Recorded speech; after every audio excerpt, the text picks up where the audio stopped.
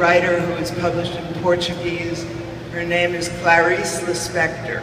Yeah, she's fantastic. She was brought to Portugal as a little infant from the Ukraine, where they were busy killing Jews as usual, because that's all they do in the Ukraine for entertainment is kill Jews.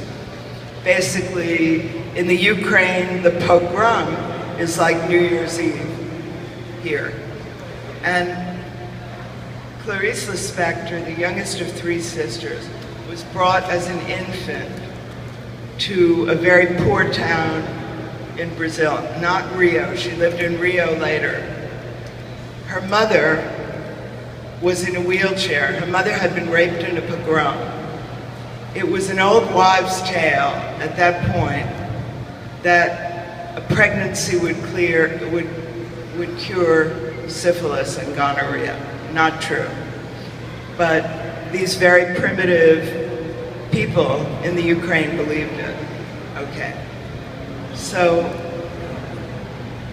she was conceived so that her mother would recover from the venereal disease she got being raped as a young woman. And that was a pogrom against Jews in Russia. They're still doing it. But her writing is, I mean, and New Directions has put out a whole, they put out her collected works recently. Her collected stories. But she's resurfaced in the last couple of years. Well, she died 20 years ago right, but her of ovarian cancer.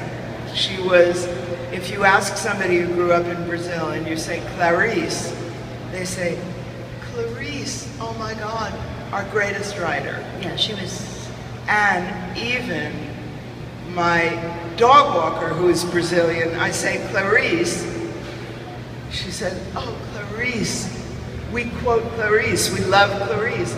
She's one of the greatest writers Brazil has ever produced. Why?